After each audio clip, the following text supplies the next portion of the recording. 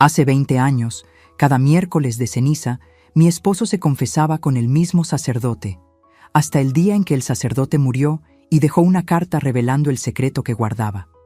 Un secreto que destruyó mi familia y me obligó a tomar la decisión más difícil de mi vida a los 40 años.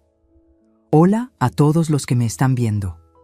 Mi nombre es Zenaida, tengo 78 años y hoy voy a compartir con ustedes una historia que guardé en el fondo de mi corazón por casi 4 décadas. Antes de comenzar, me gustaría pedirte a ti que me estás viendo que dejes tu like en este video y te suscribas al canal Diario de la Abuela para no perderte ninguna historia de superación como la mía, y cuéntame en los comentarios desde dónde me estás viendo hoy. Me encantaría saber quiénes son las personas que están escuchando mi historia. Nací en 1947, en un pueblito del interior de México donde todos se conocían. Era un tiempo diferente, ¿sabes? Nosotras las mujeres éramos criadas para casarnos, tener hijos y cuidar la casa. Mis padres, Eulalia y Bonifacio, eran personas sencillas, pero de mucho carácter. Mi madre me enseñó a coser desde pequeña. Decía que una mujer necesita tener un oficio, aunque sea solo para hacer la ropa de la familia.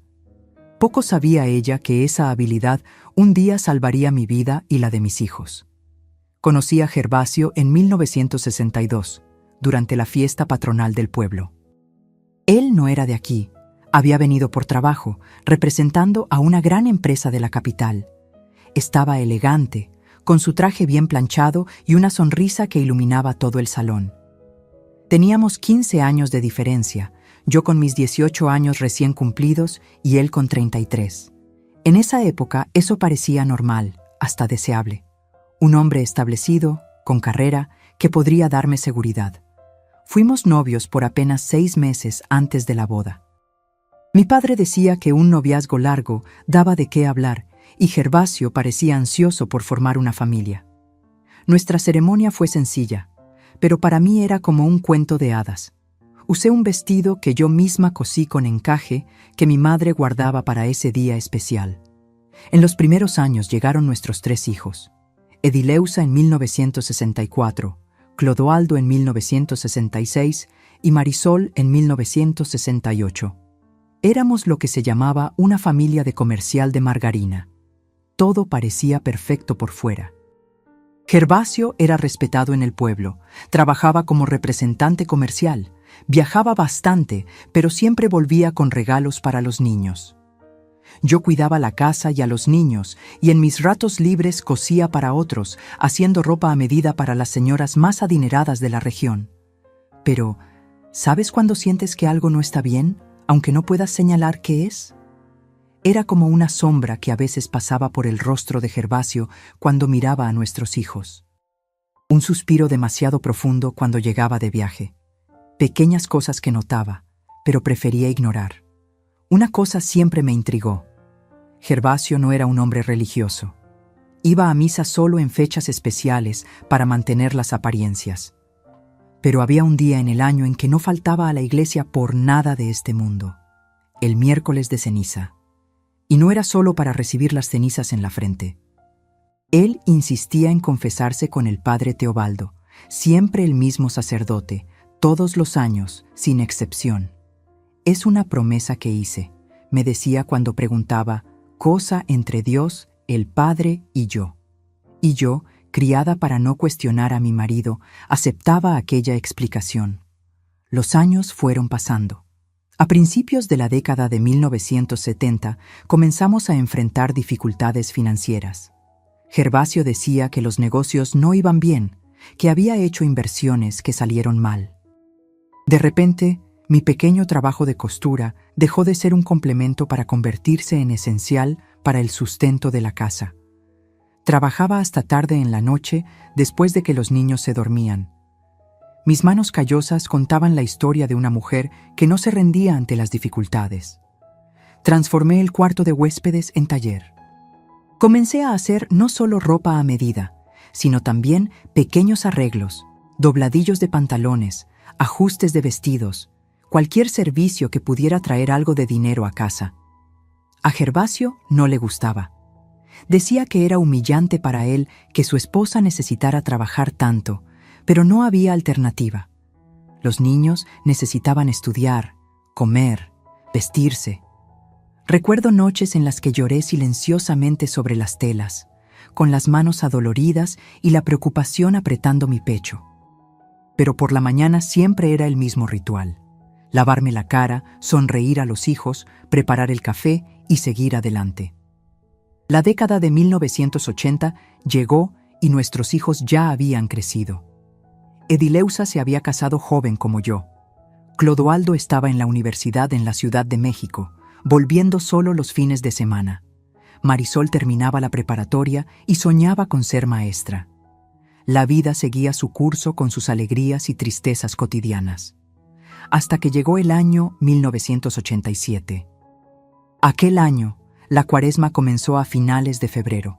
Como siempre, Gervasio fue a la iglesia el miércoles de ceniza, pero algo estaba diferente. Cuando volvió a casa, estaba pálido, agitado. Pregunté qué había pasado. «El padre Teobaldo está enfermo», dijo casi en un susurro. «Muy enfermo». En las semanas siguientes parecía cada vez más nervioso. Perdió peso. No podía dormir bien. Yo pensaba que era preocupación por el sacerdote, que realmente estaba muy enfermo. Un cáncer en etapa avanzada, según los rumores que corrían por el pueblo. Una mañana de abril, la campana de la iglesia sonó con ese toque lento y pesado que anuncia la muerte de alguien. El padre Teobaldo había partido. Todo el pueblo asistió al velorio. Gervasio estaba allí, más abatido que nunca. Rezó largamente frente al ataúd cerrado, sus manos temblando al hacer la señal de la cruz. Una semana después del entierro, algo inesperado sucedió. El nuevo sacerdote de la parroquia, un joven recién llegado llamado Fausto, tocó a nuestra puerta una tarde de domingo. Preguntó si podía hablar conmigo en privado. Gervasio no estaba en casa. Había ido a visitar a un amigo enfermo, o al menos eso dijo. «Doña Zenaida», dijo el sacerdote con voz solemne, «el padre Teobaldo dejó algo para usted». Y entonces me entregó un sobre amarillento. Mi nombre estaba escrito en el frente con la letra temblorosa de un hombre enfermo. Dentro había una carta de 4 páginas y una pequeña llave. Él pidió que le entregara esto personalmente después de su muerte, explicó el padre Fausto. Dijo que era una cuestión de conciencia. Agradecí confundida. ¿Por qué el sacerdote me dejaría algo a mí? Apenas hablábamos más allá de las cordialidades a la salida de misa. Cuando me quedé sola, abrí la carta con manos temblorosas. Y fue allí, en aquella tarde de domingo, que mi mundo se derrumbó.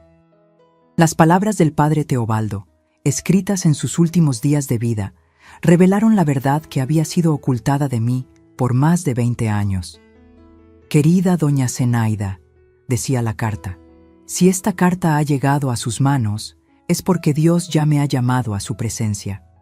Escribo motivado por mi conciencia, que no me permite partir de este mundo llevando conmigo un secreto que le ha causado tantos perjuicios, aún sin que usted lo supiera». La carta seguía contando cómo en 1964 Gervasio comenzó a confesarse sobre un pecado grave que había cometido.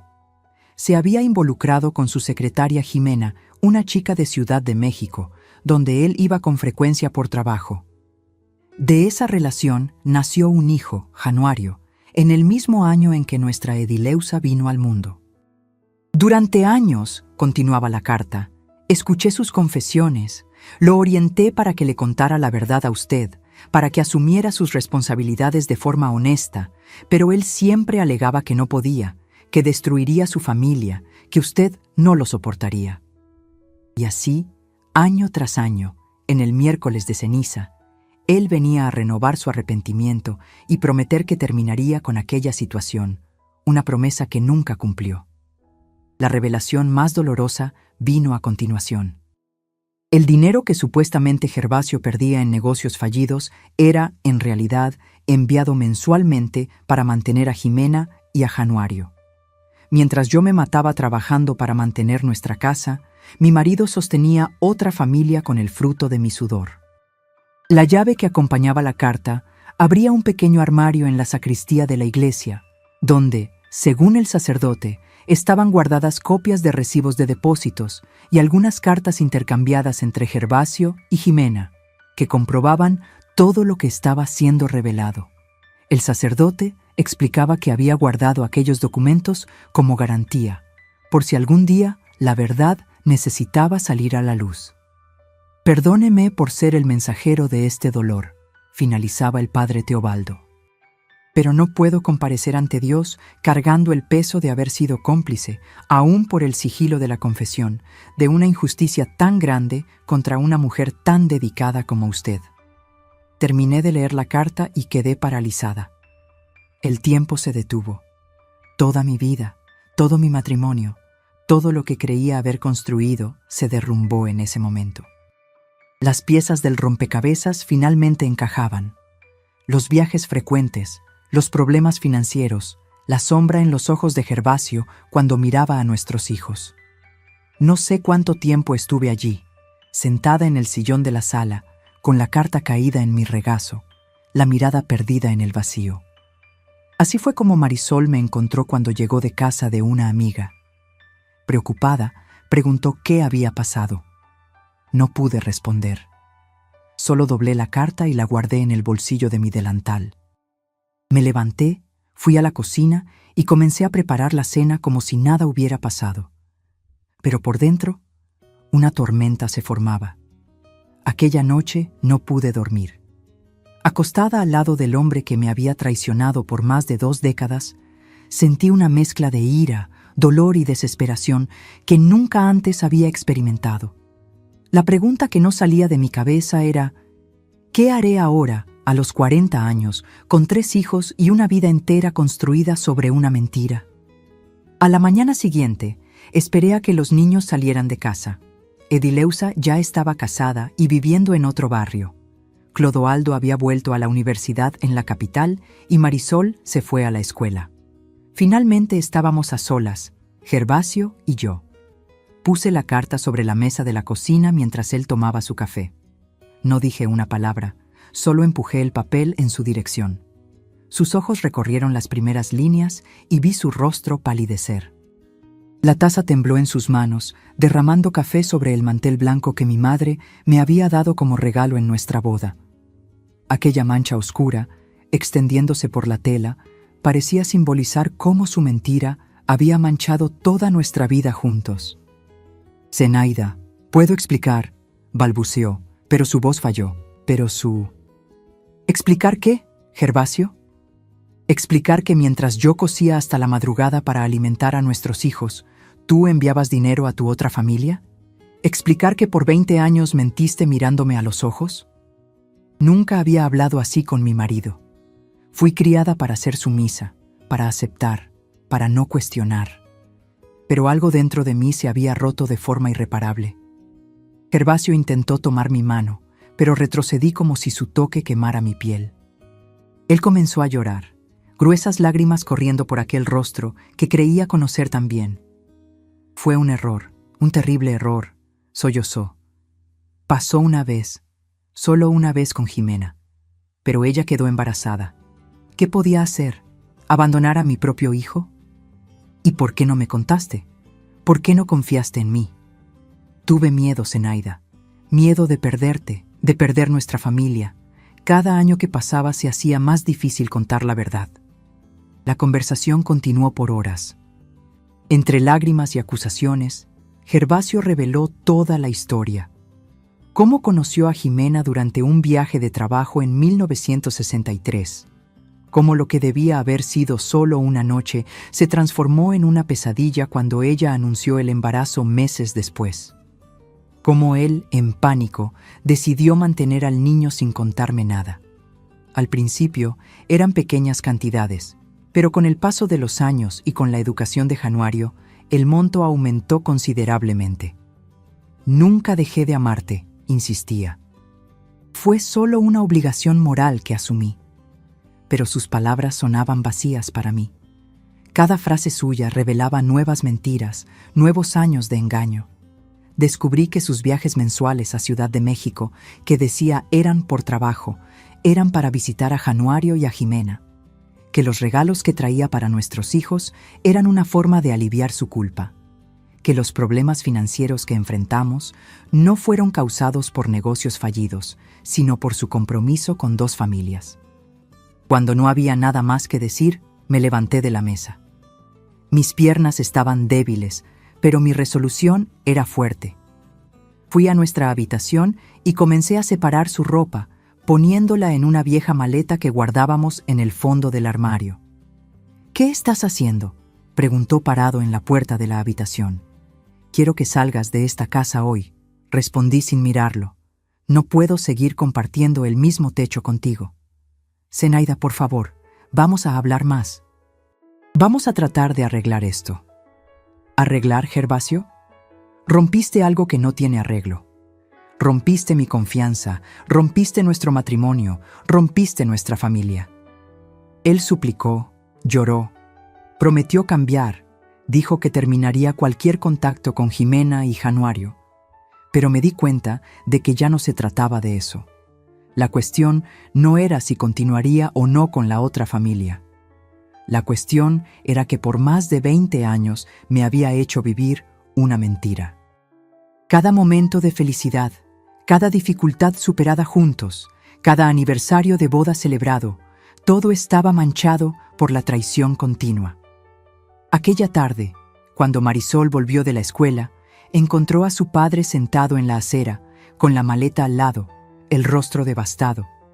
Ella corrió dentro de casa y me encontró en el taller, cortando una tela con más fuerza de la necesaria. «Mamá, ¿qué pasó?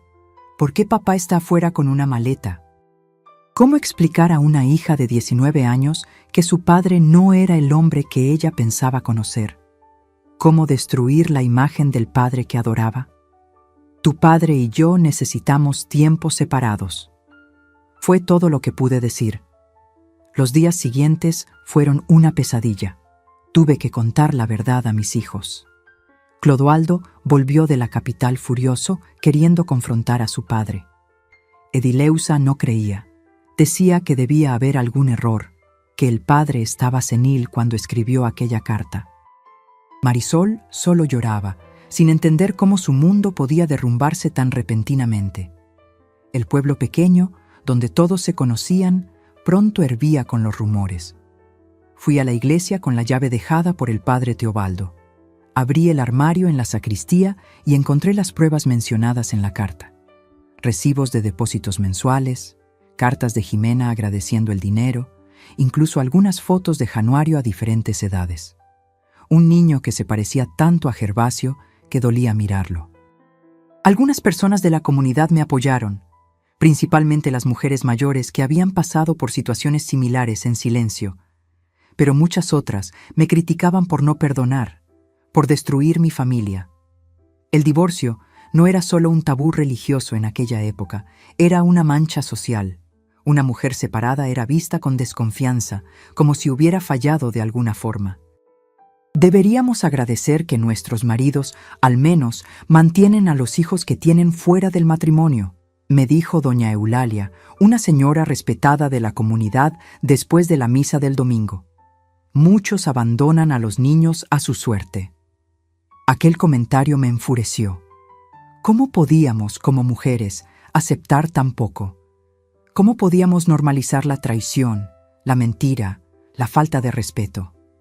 En ese momento, tuve la certeza de que había tomado la decisión correcta, por más dolorosa que fuera. Gervasio se hospedó en la pensión del pueblo durante algunas semanas. Después, alquiló una pequeña casa cerca de la estación de tren. Todos los días venía hasta nuestra casa. No, mi casa ahora, tratando de convencerme de reconsiderar. Traía flores, regalos, promesas. Un día trajo un documento. Era una copia del acta de nacimiento de Januario con el nombre de Gervasio como padre. Él pensó que aquello demostraría su responsabilidad, que no había negado al hijo. Para mí, fue solo otra puñalada ver allí, negro sobre blanco, la prueba de su traición fechada el mismo año en que di a luz a Edileuza. Las dificultades financieras aumentaron después de la separación. Gervasio comenzó a pagar una pensión, pero no era suficiente. Mi pequeño taller apenas conseguía mantener las cuentas al día.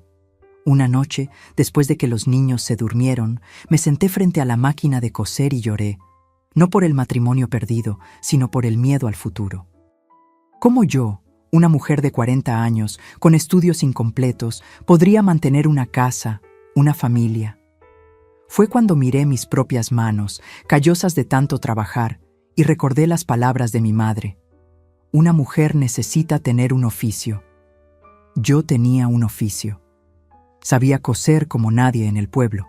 Tal vez era hora de transformar esa habilidad en algo mayor. Al día siguiente fui al banco. El gerente, señor Adalberto, me conocía desde niña. Le expliqué mi situación y pedí un pequeño préstamo para expandir mi taller. Vi la vacilación en sus ojos. Una mujer separada, pidiendo dinero, sin un marido para firmar junto, era casi inédito en aquella época. Doña Zenaida, con todo respeto, ¿no sería mejor que reconsiderara su situación con el señor Gervasio? Una reconciliación sería más prudente. Me tragué la rabia y respondí con la mayor calma que pude reunir. Señor Adalberto, hace 20 años coso para la mitad de las señoras de este pueblo. Nunca entregué una pieza con retraso. Nunca hice un trabajo de calidad inferior.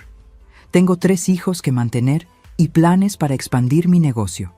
Si el banco no puede ayudarme porque soy mujer y estoy separada, encontraré otro medio. Me levanté para salir, pero él me pidió que esperara. Después de una larga conversación, donde presenté mi plan de negocios, hecho en hojas de cuaderno con cálculos cuidadosos, accedió a concederme un préstamo. Era menor de lo que había pedido y con intereses más altos de los que se cobrarían a un hombre, pero era un comienzo. Con aquel dinero, transformé el taller. Compré 2 máquinas de coser más, contraté a 2 chicas como ayudantes y comencé a hacer no solo ropa a medida, sino también pequeñas colecciones que vendía a las tiendas del pueblo. Trabajaba de sol a sol, dormía poco, me preocupaba mucho, pero estaba determinada a no fracasar. 6 meses después de nuestra separación, recibí una visita inesperada. Era un domingo por la tarde y estaba sola en casa. Clodoaldo había vuelto a la universidad. Marisol estaba en casa de una amiga estudiando para los exámenes y Edileusa raramente nos visitaba desde la separación. Ella había tomado el lado de su padre en el conflicto familiar. Sonó el timbre y al abrir la puerta vi a una mujer que nunca había encontrado personalmente, pero cuyo rostro conocía bien a través de las fotografías encontradas en el armario de la sacristía. Jimena era más joven que yo, más hermosa también, con largo cabello negro y ojos almendrados. Pero había algo en su rostro, una palidez, una fragilidad que me alarmó inmediatamente. «Doña Zenaida», dijo, con la voz temblorosa, «perdóneme por venir hasta su casa, pero necesitaba hablar con usted personalmente». Me quedé paralizada por un momento. Allí estaba ella, la mujer que por tantos años había compartido a mi marido conmigo sin que yo lo supiera. La mujer que había dado a Gervasio un hijo en el mismo año en que yo di a luz a nuestra primera hija. «No quiero crear problemas», continuó Jimena ante mi silencio. «Pero creí que usted debería saber. Estoy enferma, muy enferma. Los médicos me han dado pocos meses de vida». Parecía tan frágil que a pesar de toda la rabia que debería sentir, me encontré invitándola a entrar, ofreciéndole un vaso de agua, escuchando su historia. Y fue allí, en la misma cocina donde confronté a Gervasio meses antes, donde conocí a una mujer que, como yo, había sido engañada durante años. El reloj de la sala marcaba las 3 de la tarde cuando Jimena comenzó a contarme su historia. Sentada frente a mí, con las manos temblorosas, sosteniendo la taza de té que preparé, parecía mucho mayor que sus 43 años. El cáncer ya había consumido buena parte de su cuerpo, dejando solo sombras de lo que algún día había sido una mujer hermosa. Conocí a Gervasio en 1963, cuando comencé a trabajar como secretaria en la empresa donde él era representante comercial, explicó. En esa época yo tenía 19 años, recién llegada a Ciudad de México, venida del interior. Estaba sola en la capital, sin familia, tratando de reconstruir mi vida después de perder a mis padres en un accidente. Conforme hablaba, me di cuenta de algo sorprendente. Jimena también había sido engañada por Gervasio. Él nunca le contó que estaba casado en los primeros meses de relación. Cuando ella descubrió que estaba embarazada y finalmente lo confrontó, él reveló la verdad, que tenía esposa y pronto tendría otro hijo. Jimena, desesperada y sin opciones, aceptó la situación que él propuso. Él mantendría al niño, visitaría cuando fuera posible, pero nunca dejaría a su familia oficial.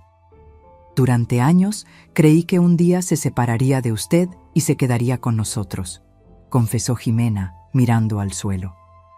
Fue la mentira que me conté a mí misma para soportar la situación. Januario creció esperando que su padre un día viniera a vivir con nosotros.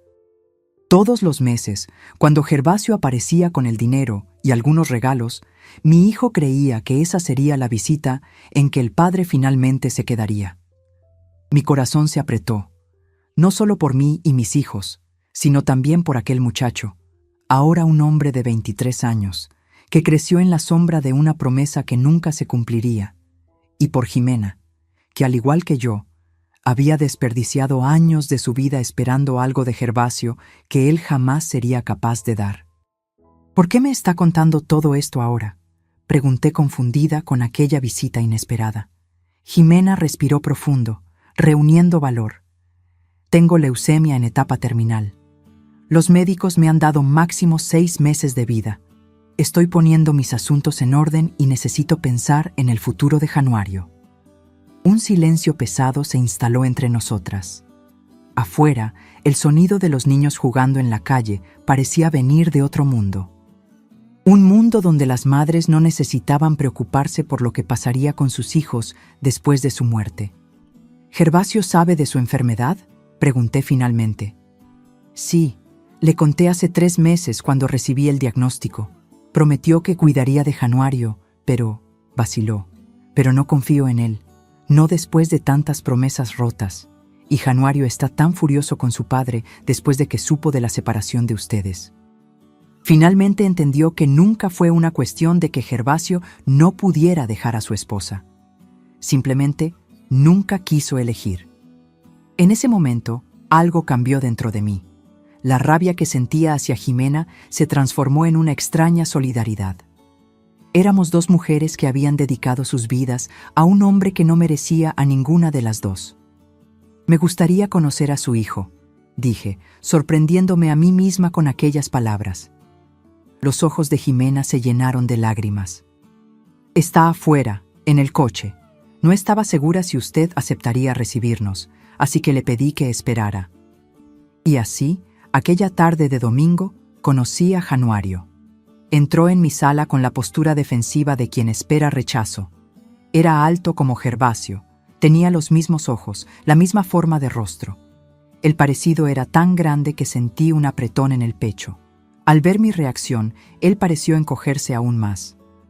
«Señora Zenaida», dijo formalmente, extendiendo la mano. Ignoré la mano extendida y en un impulso que ni yo misma comprendí en el momento, lo abracé. Sentí su cuerpo tenso relajarse lentamente contra el mío. Cuando nos separamos, vi que sus ojos estaban húmedos. «Tú no tienes la culpa de las elecciones que tu padre hizo», le dije. «Ninguno de nosotros la tiene». Conversamos por horas aquella tarde.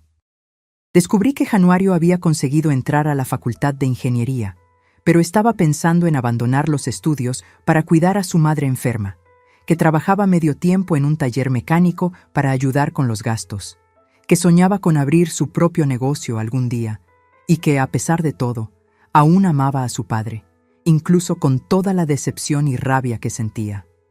Cuando finalmente se despidieron, ya era de noche. Prometí mantener contacto, visitar a Jimena en el hospital si fuera necesario, pero mientras cerraba la puerta, sentí un peso enorme sobre mis hombros. ¿Cómo explicaría a mis hijos que había recibido en nuestra casa a la otra mujer y a su hijo?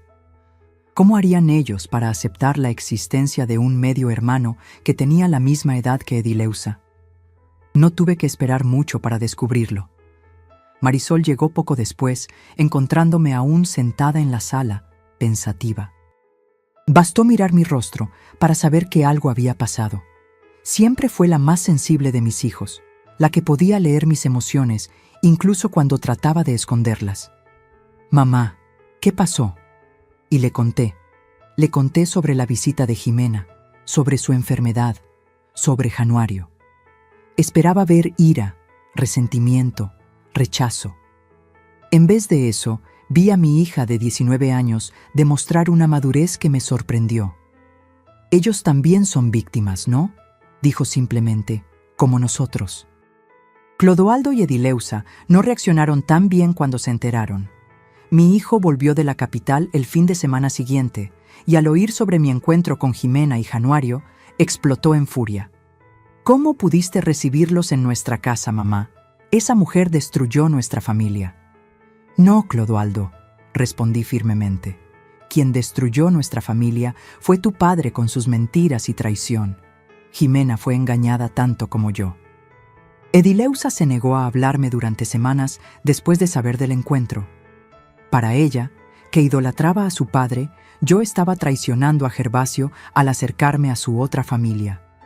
La ironía de la situación no se le ocurrió. En las semanas siguientes, visité a Jimena en el hospital varias veces. Su estado empeoraba rápidamente. En una de esas visitas, ella tomó mi mano con una fuerza sorprendente para alguien tan debilitado. «Prométame que cuidará de Januario cuando me vaya», pidió, la voz casi un susurro. «Sé que no tengo derecho a pedir esto, pero no tengo nadie más a quien recurrir». Miré a aquella mujer, mi rival involuntaria por tantos años, ahora reducida a piel y huesos en una cama de hospital. Pensé en Januario, que todos los días venía a visitar a su madre después del trabajo, con ojeras profundas y el peso del mundo en los hombros. Pensé en mis propios hijos, en cómo yo haría cualquier cosa para garantizar su bienestar. «Lo prometo», dije finalmente, «haré lo que pueda por él». Jimena murió en una madrugada lluviosa de octubre de 1987, 6 meses después de mi separación de Gervasio. Januario me llamó desde el hospital, la voz quebrada, pidiendo ayuda con los procedimientos funerarios. Cuando llegué allí, lo encontré solo en el pasillo, perdido, como un niño abandonado. Gervasio no estaba por ninguna parte. El entierro fue simple, con pocos presentes. Algunos colegas de trabajo de Jimena, vecinos, el dueño del taller donde Januario trabajaba. Marisol insistió en acompañarme, un gesto de apoyo que significó más de lo que ella podría imaginar. Permanecimos lado a lado, observando el ataúd ser bajado a la tierra, mientras Januario, solo al frente, parecía haber envejecido años en pocos días. Fue solo cuando todo terminó, cuando las últimas personas se retiraron del cementerio, que Gervasio apareció. Se acercó cautelosamente, como si temiera nuestra reacción. Estaba más delgado, desarreglado, con ojeras profundas. Se detuvo a unos pasos de distancia, mirando a su hijo. «Januario, yo no...» No completó la frase. Januario avanzó hacia él y en un movimiento rápido le dio un puñetazo en el rostro. Gervasio cayó, pero no devolvió el golpe. No dijo nada. Solo permaneció allí, la sangre corriendo de su labio partido mientras Januario se derrumbaba en lágrimas. «Prometiste que estarías a su lado. Prometiste que no la dejarías sola en el hospital». Marisol y yo observamos la escena paralizadas. Finalmente, reuní valor para acercarme. Puse mi mano en el brazo de Januario gentilmente. «Vamos a casa», dije. «No deberías estar solo hoy». Él me miró, luego a Gervasio, luego de vuelta a mí y asintió en silencio. Mientras nos alejábamos, Gervasio permaneció inmóvil, observándonos partir, una figura solitaria contra el cielo gris. Aquella noche, Januario durmió en la habitación que antes pertenecía a Clodoaldo. Cuando desperté a la mañana siguiente, lo encontré en la cocina preparando café. Parecía perdido, desubicado, como si no supiera cuál sería su próximo paso. ¿Y ahora?, preguntó simplemente cuando me vio entrar. Era una pregunta que yo también me hacía todos los días desde la separación. ¿Y ahora? ¿Cómo seguir adelante cuando todo lo que conocías se revela una mentira? ¿Cómo reconstruir una vida a partir de los escombros? Un día a la vez, respondí sentándome a la mesa. ¿Todavía tienes universidad por terminar? ¿Un futuro por delante? No tengo cómo pagar la universidad sin la ayuda de mi madre. Y el apartamento, el alquiler vence la próxima semana. Hubo un momento de silencio mientras pensaba. Mi pequeño negocio de costura estaba creciendo, pero aún luchaba para mantener mi propia casa, sostener a 2 hijos. Edileusa ya estaba casada, pero Clodoaldo y Marisol aún dependían de mí. Aún así, mirando a aquel joven que había perdido todo, tomé una decisión. Mi taller está creciendo, dije finalmente. Estoy pensando en expandirlo, transformarlo en un pequeño taller de confección. Necesitaría a alguien para cuidar de la parte administrativa, de las cuentas, de los contratos. Él me miró confundido. ¿Me está ofreciendo un empleo? Te estoy ofreciendo una sociedad. Tú terminas tu universidad, me ayudas en el negocio y vivimos todos bajo el mismo techo hasta que tengas condiciones para seguir tu propio camino. ¿Qué te parece? Los ojos de él se llenaron de lágrimas. Por un momento pensé que rechazaría. Orgullo herido, tal vez. Pero entonces extendió su mano sobre la mesa, tomando la mía. ¿Por qué está haciendo esto por mí? Después de todo lo que mi existencia causó a su familia. Miré aquellas manos, manos de hombre ya, pero aún con vestigios del niño que nunca tuvo un hogar verdadero. Y respondí con la única verdad que importaba. Porque ninguno de nosotros eligió esta situación, Januario. Pero podemos elegir cómo seguiremos de aquí en adelante. Y yo elijo no dejar que el error de un hombre destruya más vidas de las que ya destruyó. Aquella tarde fui con Januario hasta el pequeño apartamento que compartía con Jimena para buscar sus pertenencias. Era un lugar modesto, pero limpio y ordenado. En las paredes, fotografías contaban la historia de aquella pequeña familia de 2.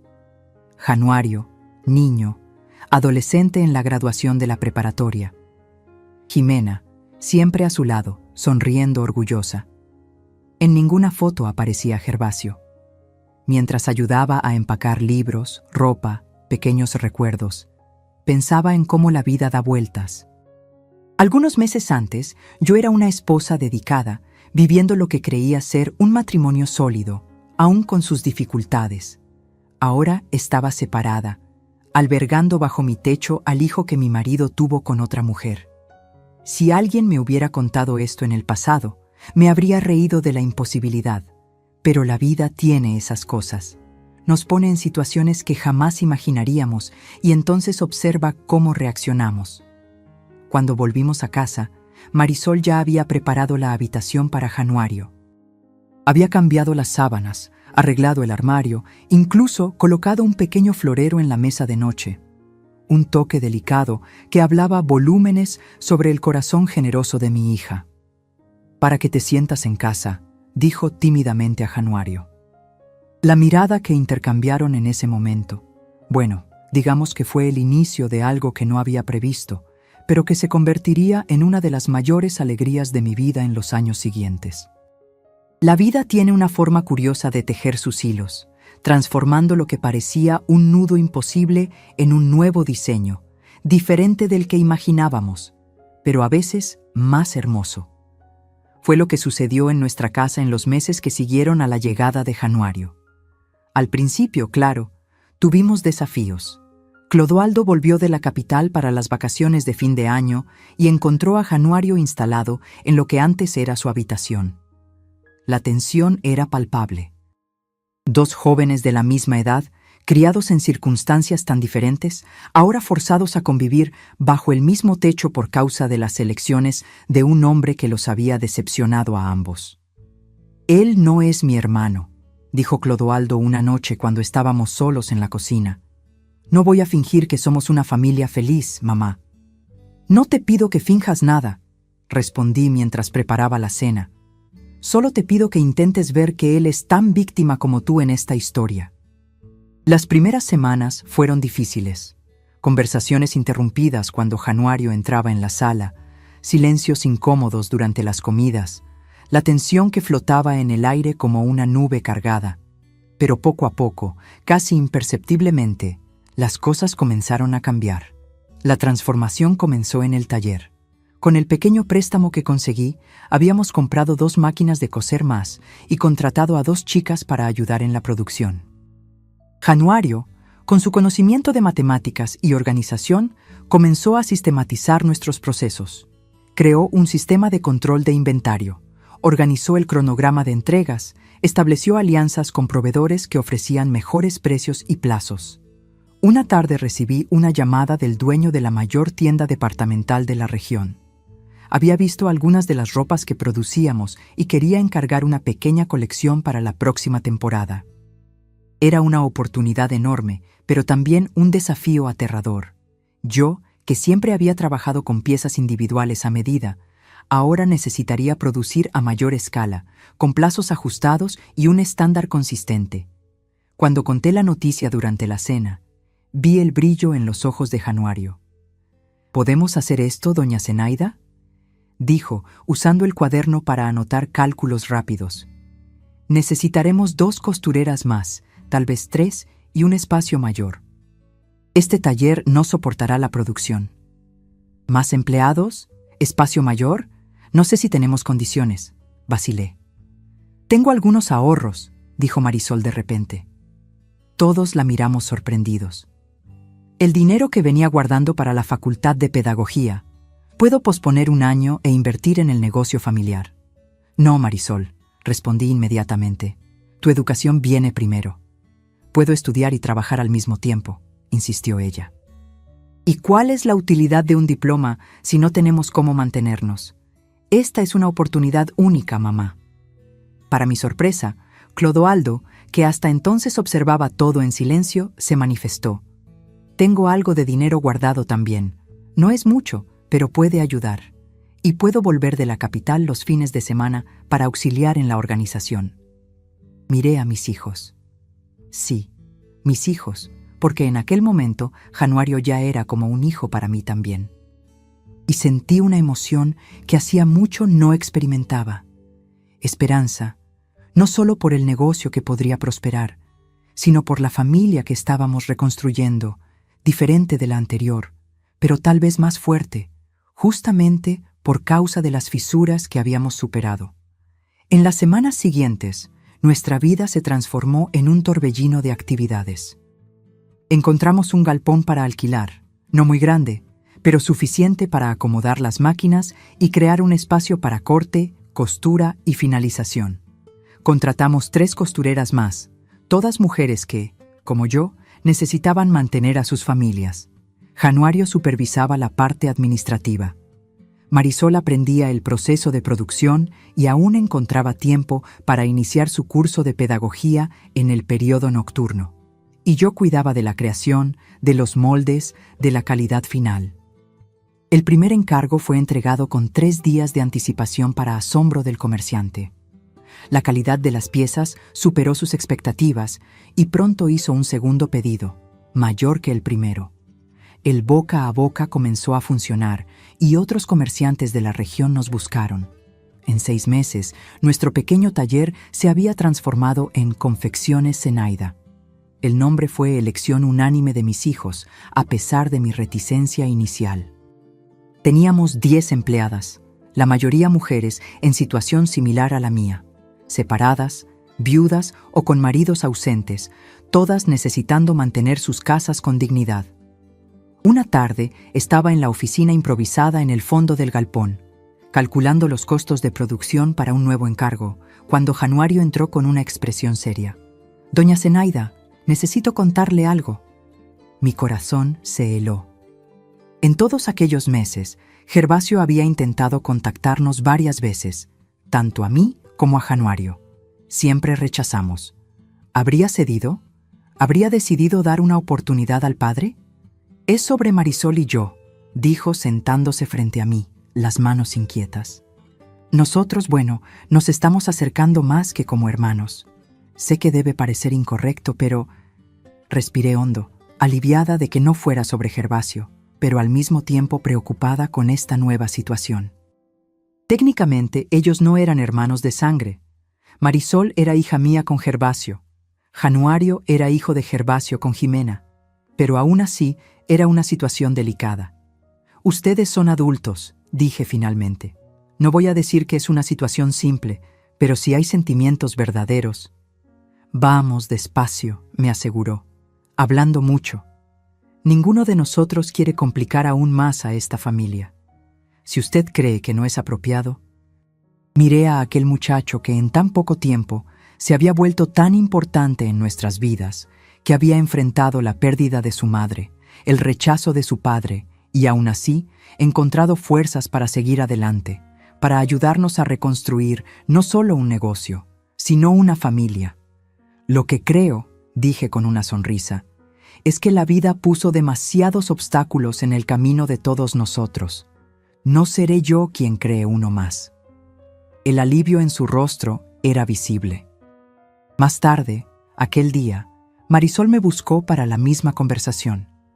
Le confesé que Januario ya me lo había contado y que, aunque la situación no era común, yo no me oponía. El abrazo apretado que me dio dijo más que cualquier palabra podría. Y así, nuestra familia continuó transformándose, encontrando nuevos caminos, nuevos equilibrios. La confección prosperaba, exigiendo cada vez más de nuestro tiempo y energía, pero también proporcionándonos una estabilidad financiera que jamás imaginé alcanzar después de la separación. Edileusa, que inicialmente se había alejado al tomar partido por su padre, comenzó a acercarse gradualmente. Su matrimonio pasaba por dificultades. Irónicamente, sospechaba que su marido también mantenía una vida paralela. Un día apareció en la confección con la mirada de quien no dormía hace días. «Mamá, necesito tu ayuda, tus consejos». Nos sentamos en el pequeño comedor que habíamos improvisado para los empleados, ahora vacío, pues ya pasaba del horario de trabajo. Mientras ella desahogaba sus sospechas sobre la frialdad del marido, sobre el miedo de estar viviendo una repetición de la historia que destruyó nuestra familia, sostuve sus manos entre las mías. Edileusa, independientemente de lo que descubras, recuerda, tienes opciones. Puede parecer que el mundo se está derrumbando, pero eres fuerte, más fuerte de lo que imaginas. ¿Cómo supiste qué hacer, mamá? ¿Cómo tuviste coraje para recomenzar de cero a los 40 años? Pensé por un momento antes de responder. No lo supe. Estaba aterrorizada. Pero cada paso que di me mostró que podía dar uno más y uno más. Y cuando miré hacia atrás, vi que había recorrido un camino que jamás imaginé ser capaz. Después de aquella conversación, Edileusa comenzó a frecuentar más nuestra casa. Trajo a su hijo pequeño, mi primer nieto, para conocer mejor a la abuela y a los tíos. Poco a poco, fue acercándose a Clodoaldo y con más cautela a Januario. La herida aún estaba allí, pero comenzaba a cicatrizar. En la Navidad de 1988, poco más de un año después de la separación, conseguí reunir a todos en la mesa por primera vez. Edileusa vino con su hijo, pero sin el marido. Habían decidido intentar una reconciliación, pero el proceso era lento y doloroso. Clodoaldo trajo a una novia de la universidad, una chica dulce e inteligente que conquistó a todos inmediatamente. Marisol y Januario, cada vez más cercanos, pero aún discretos en sus demostraciones de afecto, cuidaron de la decoración de la casa. Fue una celebración simple, pero llena de significado. Cuando miré alrededor de la mesa a aquellos rostros que tanto amaba, sentí una inmensa gratitud por la vida, incluso con todos sus giros inesperados. Éramos una familia diferente ahora, reconstruida a partir de los escombros, pero aún así una familia. El año 1989 trajo nuevos desafíos y oportunidades. La confección continuaba creciendo y Januario, ahora graduado en ingeniería, implementaba nuevas técnicas de producción que aumentaban nuestra eficiencia sin sacrificar la calidad. Marisol, Concluyendo su curso de pedagogía, dividía su tiempo entre dar clases en una escuela local y ayudar en la administración del negocio. Clodoaldo, en los fines de semana en que venía de la capital, traía ideas frescas para nuestro marketing, aprendidas en su curso de administración. Yo, que un día fui solo la esposa de Gervasio, ahora era conocida como Doña Zenaida de la Confección. Las personas me saludaban en la calle con respeto. Comerciantes querían hacer negocios conmigo. Otras mujeres me buscaban pidiendo consejos sobre cómo iniciar sus propios emprendimientos. Una tarde, mientras volvía del banco, después de cerrar un acuerdo para ampliar aún más nuestro espacio, encontré a Gervasio en la acera frente a la confección. Estaba más delgado, con el cabello gris, la postura menos altiva. Mi corazón dio un salto, pero no de nostalgia o amor, solo de sorpresa por verlo allí después de tantos meses evitando cualquier contacto. «Zenaida», dijo, quitándose el sombrero. «Estás hermosa. El éxito te sienta bien». «¿Qué quieres, Gervasio?», pregunté directamente, sin hostilidad, pero también sin la cordialidad que algún día caracterizó nuestra relación. «Saber cómo están los niños, cómo está Januario. Supe que vive con ustedes ahora». «Están todos bien, mejor que nunca en realidad». Hubo un momento de silencio incómodo. Él miraba el letrero de la confección, el movimiento de empleadas entrando y saliendo, el camión de entregas estacionado en la puerta. «Construiste todo esto sola», comentó.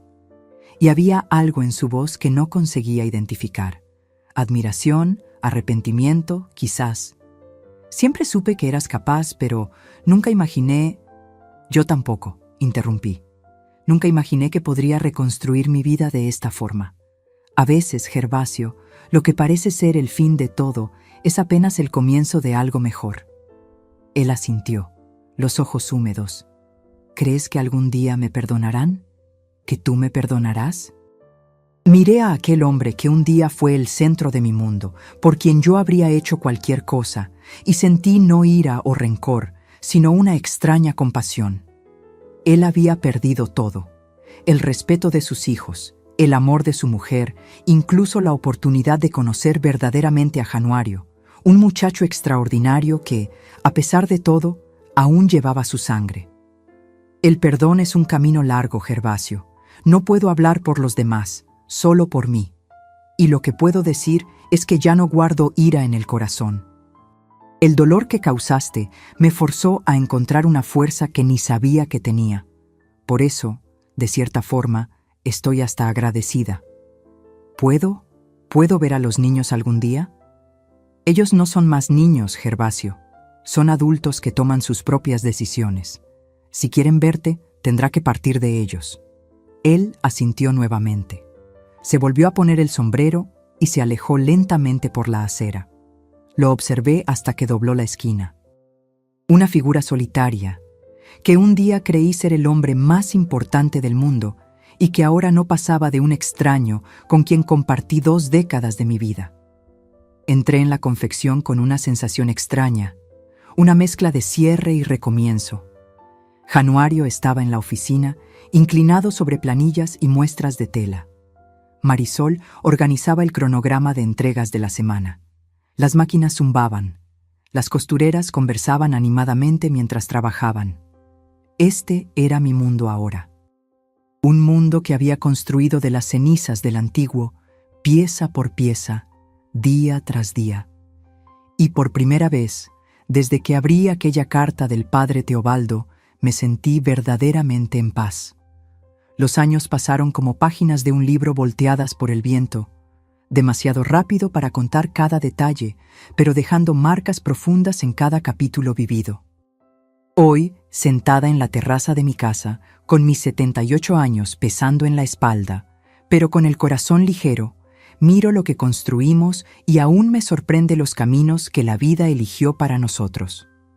La década de 1990 trajo vientos de cambio para nuestra familia y para Confecciones Zenaida. Mientras el país enfrentaba crisis económicas, nuestra pequeña empresa continuaba creciendo, sostenida por valores que siempre formaron parte de mí: trabajo honesto, calidad incuestionable, respeto por cada persona involucrada en el proceso. En 1992 dimos un paso que jamás imaginé posible. Compramos un terreno en la entrada del pueblo y construimos nuestro propio galpón, mucho mayor que el alquilado. Recuerdo el día de la inauguración como si fuera ayer. El alcalde asistió, periódicos locales hicieron reportajes, y allí estaba yo, una mujer de 45 años, que 5 años antes temblaba de miedo por el futuro, cortando la cinta roja en la entrada de lo que se convertiría en una de las mayores confecciones de la región. El momento más emocionante de aquel día, sin embargo, no fue el reconocimiento público, sino algo mucho más íntimo. Después de que todos los invitados se fueron, reuní a mis hijos, todos ellos, en la oficina principal. Clodoaldo había concluido su universidad y decidido volver definitivamente a nuestro pueblo, trayendo el conocimiento adquirido en la capital. Edileuza, después de finalizar su divorcio, descubrió que sus sospechas eran correctas. Venía trabajando con nosotros medio tiempo mientras criaba a su hijo. Marisol y Januario, cada vez más cercanos, habían oficializado su relación para escándalo de algunos en el pueblo, pero con la bendición total de nuestra familia. Quiero que sepan, les dije aquel día, que todo esto les pertenece tanto como a mí. Cada ladrillo de este lugar fue construido con nuestro esfuerzo conjunto, con nuestro sudor compartido. A partir de hoy, somos oficialmente socios en partes iguales. Entregué a cada uno de ellos una carpeta, conteniendo los documentos legales que establecían la sociedad. Vi lágrimas en los ojos de mis hijos. Sí, de todos ellos, incluso Januario, que hacía mucho había dejado de ser el hijo de la otra para convertirse simplemente en mi hijo.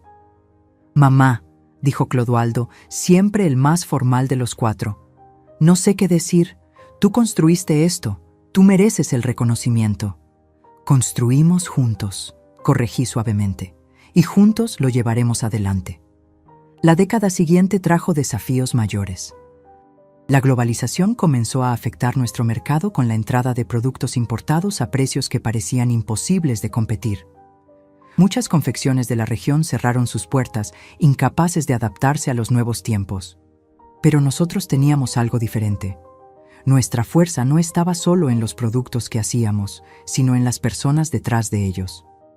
Cada empleada, y ahora también algunos empleados, pues nos habíamos expandido más allá de la costura, era parte de una familia mayor.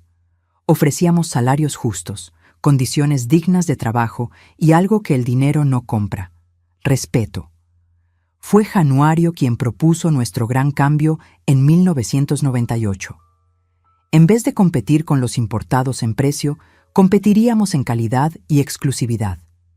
Comenzamos a desarrollar colecciones propias enfocadas en piezas artesanales que valoraban la cultura regional. Bordados hechos a mano, aplicaciones de encajes producidos por artesanas locales, telas teñidas con tintes naturales de nuestra región. Lo que parecía un riesgo enorme se reveló nuestra salvación. En 2000 abrimos nuestra primera tienda propia. Ya no solo producíamos para otras marcas, sino que vendíamos directamente al consumidor, contando la historia detrás de cada pieza. Pronto vinieron la segunda, la tercera tienda. Nuestra marca comenzó a ser reconocida más allá de las fronteras de la región, llegando a grandes centros urbanos. Marisol y Januario se casaron ese mismo año. Fue una ceremonia simple en el jardín de mi casa, con la presencia solo de la familia y amigos cercanos. Hubo quienes torcieron la nariz, quienes hicieron comentarios maliciosos sobre la pareja de hermanos, pero nosotros sabíamos la verdad. Ellos no compartían sangre, solo la mala suerte de tener al mismo hombre como figura paterna, un hombre que falló con ambos de maneras diferentes. Hablando de Gervasio, reapareció en nuestras vidas de forma más constante a principios de los años 2000. Estaba enfermo, un cáncer que lo consumía lentamente. Buscó primero a Clodoaldo, después a Edileuza, finalmente a Marisol. A cada uno pidió perdón a su manera. Algunos aceptaron visitarlo ocasionalmente, otros mantuvieron distancia. Nunca interferí en esas decisiones. Eran adultos capaces de elegir cómo lidiar con el padre que habían tenido. Cuando me buscó, en una tarde lluviosa de 2003, 16 años después de nuestra separación, encontró a una mujer muy diferente de la que había dejado. Ya no la esposa sumisa e insegura, sino una empresaria respetada, una madre orgullosa, una mujer que había descubierto su propia fuerza. «Estoy muriendo, Zenaida», dijo sin rodeos, sentado en la sala de mi casa. Estaba irreconocible, delgado, con la piel amarillenta por la enfermedad. «Los médicos dicen que tengo pocos meses». «Lo siento», respondí con sinceridad. A pesar de todo, no conseguía sentir placer en su sufrimiento. «Quería pedirte perdón. Sé que es demasiado tarde, que es demasiado poco, pero necesito decir, me arrepiento profundamente de todo lo que hice, del mal que causé a ti, a los niños, a Jimena, a todos». Me quedé en silencio por algunos instantes, observando a aquel hombre, que un día fue el centro de mi mundo y ahora era apenas una sombra frágil de lo que había sido. «Gervasio», dije finalmente, «hace mucho tiempo dejé la ira y el resentimiento atrás. No por ti, sino por mí. Cargar ese peso solo me impediría seguir adelante. ¿Me perdonas entonces?». Respiré hondo antes de responder. Perdonar no significa olvidar o borrar lo que pasó. Significa que elijo no dejar que el pasado determine mi presente o mi futuro. Y sí, en ese sentido, te perdono. Vi lágrimas en sus ojos. Tal vez las primeras lágrimas verdaderas que jamás vi derramar a Gervasio. Intentó decir algo más, pero tosió violentamente. Cuando se recuperó, preguntó en voz baja: «¿Y Januario? ¿Él está bien?». «Está muy bien. Se graduó como ingeniero, se casó con Marisol, son muy felices juntos. Es un hombre íntegro, trabajador, dedicado a la familia. El tipo de hombre que cualquier padre tendría orgullo». «¿Padre?», repitió la palabra como si probara su sabor. «Nunca fui un verdadero padre para él, ¿no? Ni para los otros». No respondí. No había necesidad. Ambos sabíamos la verdad. Gervasio murió 3 meses después en un hospital de la capital. Januario dudó en ir al velorio, pero acabó asistiendo más por Marisol y los hermanos que por el hombre en el ataúd. Observé a mis 4 hijos lado a lado frente al cuerpo del padre, cada uno perdido en sus propios pensamientos, en su propia forma de duelo por aquello que nunca tuvieron verdaderamente, un padre presente y honesto. La vida siguió su curso. Los años 2000 trajeron la expansión de la empresa al comercio electrónico, una idea de Clodoaldo que nos abrió puertas que jamás imaginamos. Nuestras piezas artesanales, con su historia de tradición y superación, comenzaron a llegar a clientes de todo el país, después del exterior. En 2007, a los 60 años, decidí que era hora de alejarme gradualmente de la gestión diaria de la empresa, no por cansancio, sino por creer que era el momento de dejar a la nueva generación asumir completamente las riendas. Me convertí en una especie de consejera, presente en las grandes decisiones, pero dedicando más tiempo a mí misma, a mis nietos que comenzaban a llegar, a las pequeñas alegrías que la vida ofrece cuando nos permitimos disfrutarlas. Januario y Marisol tuvieron 2 hijos, Teodoro, nacido en 2005, y Jimena, bautizada en homenaje a la madre que Januario perdió tan temprano. Edileusa, además del hijo del primer matrimonio, adoptó a una niña en 2010. Una decisión que la hizo más feliz de lo que jamás la vi. Clodoaldo tardó más en constituir familia, pero cuando lo hizo fue de una vez. Su esposa dio a luz a gemelos en 2012, para alegría de todos nosotros. Las confecciones Zenaida se transformaron en el Grupo Zenaida, englobando no solo la producción de ropa, sino también una escuela de costura y artesanía que forma nuevas generaciones de profesionales, una fundación que apoya a mujeres en situación de vulnerabilidad y una marca reconocida nacionalmente por la calidad y responsabilidad social. En 2017, recibimos un Premio Nacional de Emprendimiento Femenino. Insistieron en que yo fuera a recibirlo personalmente, aunque ya tenía 70 años y prefería quedar en segundo plano. En el escenario frente a cientos de personas, compartí brevemente nuestra historia. No la historia de la traición y la mentira, sino la de la superación, la reconstrucción, el renacimiento que nace de las cenizas de una vida que parecía destruida. Muchas veces, dije al micrófono con una voz que aún me sorprende por la firmeza, es en las mayores crisis que descubrimos nuestra verdadera fuerza. Yo era una mujer de 40 años, criada para ser esposa y madre cuando me vi sola con 3 hijos para criar. El miedo era mi compañero constante, pero cada paso, por menor que fuese, me mostraba que yo era capaz de uno más y otro y otro. Hoy, sentada en esta terraza, observando a mis nietos jugar en el jardín mientras el sol comienza a ponerse, pienso en el largo camino recorrido, en la joven Zenaida, de 18 años, que soñaba apenas con ser una buena esposa, en la mujer de 40, que tembló de miedo ante un futuro incierto, en la empresaria de 60, que miró hacia atrás y apenas se reconoció a sí misma en el inicio de la jornada. Mis hijos insisten en que escriba mis memorias, que comparta mi historia con más personas. Tu trayectoria puede inspirar a otras mujeres, mamá, dice Marisol siempre que tocamos el tema. Tal vez tengan razón, tal vez haya otras Zenaidas por ahí, paralizadas por el miedo, sofocadas por relaciones que las disminuyen, incapaces de ver la fuerza que tienen dentro de sí. La carta del padre Teobaldo, que un día destruyó mi mundo, está guardada en una caja en el fondo del armario, junto con otros recuerdos de aquella época. A veces me pregunto qué habría pasado si él nunca hubiera escrito aquella carta. ¿Habría pasado el resto de mi vida en la ignorancia? ¿Habría Gervasio llevado su secreto a la tumba? Nunca lo sabremos. Lo que sé es que aquella carta, aunque trajo dolor inconmensurable en el momento, fue también el catalizador de la mayor transformación de mi vida. Fue el empujón que necesitaba para descubrir quién era yo realmente, de lo que era capaz. Januario se acerca, interrumpiendo mis pensamientos. Tiene 61 años ahora, el cabello gris dándole un aire distinguido. Se sienta a mi lado en la terraza, sosteniendo 2 tazas de té. ¿En qué estás pensando, mamá?, pregunta, entregándome una de las tazas. Él me llama mamá desde hace tantos años que parece que siempre fue así, que siempre fuimos familia. En cómo la vida da vueltas, respondo, dando un sorbo al té. En cómo lo que parece ser el fin puede ser apenas el comienzo de algo mucho mejor. Él sonríe, entendiendo perfectamente.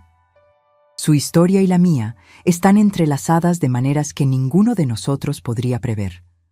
Unidos no por la sangre, sino por algo mucho más fuerte, la elección de ser familia, de amarnos unos a otros, a pesar de todas las circunstancias que podrían separarnos. Y mientras el sol se pone en el horizonte, pintando el cielo de tonos naranja y rosa, siento una paz profunda. El viaje no fue fácil. Hubo días de desesperación, noches de lágrimas, momentos en que pensé que no conseguiría dar un paso más. Pero cada dificultad superada me trajo hasta aquí, hasta este momento de plenitud. La carta del sacerdote reveló un secreto que guardaba dolor, traición y mentira, pero también reveló algo mucho más importante: la fuerza que siempre existió dentro de mí, esperando solo la oportunidad de manifestarse.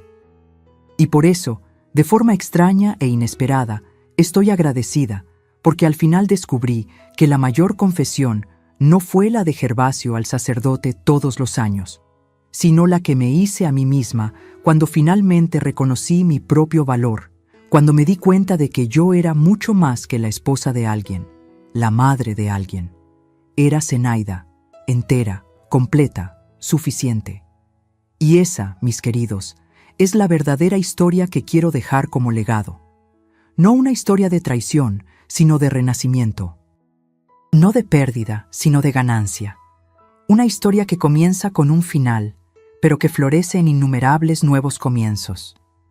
Si tú que me escuchas estás pasando por un momento difícil, si sientes que tu mundo se está derrumbando, recuerda, las cenizas de lo que fue pueden ser el suelo fértil para algo nuevo y más bello. Yo soy la prueba viva de eso. Y si yo, una mujer simple del interior, conseguí transformar mi mayor dolor en mi mayor fuerza, tú también puedes. Esta es la lección que llevo a los 78 años, mirando hacia atrás con gratitud y hacia adelante con esperanza. La vida raramente sigue el camino que planeamos, pero tal vez nuestro plan nunca fue tan hermoso como lo que el destino reservaba para nosotros. Y así termino mi historia, no con un punto final, sino con puntos suspensivos, porque la vida continúa, siempre reinventándose, siempre sorprendiendo, siempre invitándonos a descubrir nuevas fuerzas dentro de nosotros mismos. Si esta historia tocó tu corazón de alguna forma, por favor, deja tu like en este video, suscríbete al canal Diario de la Abuela para no perderte otras historias de superación como la mía y comenta desde dónde estás viendo. Tu presencia aquí significa mucho para mí. Comparte también con alguien que necesita oír que es posible recomenzar, no importa la edad o las circunstancias. Gracias por escucharme hoy y hasta el próximo relato.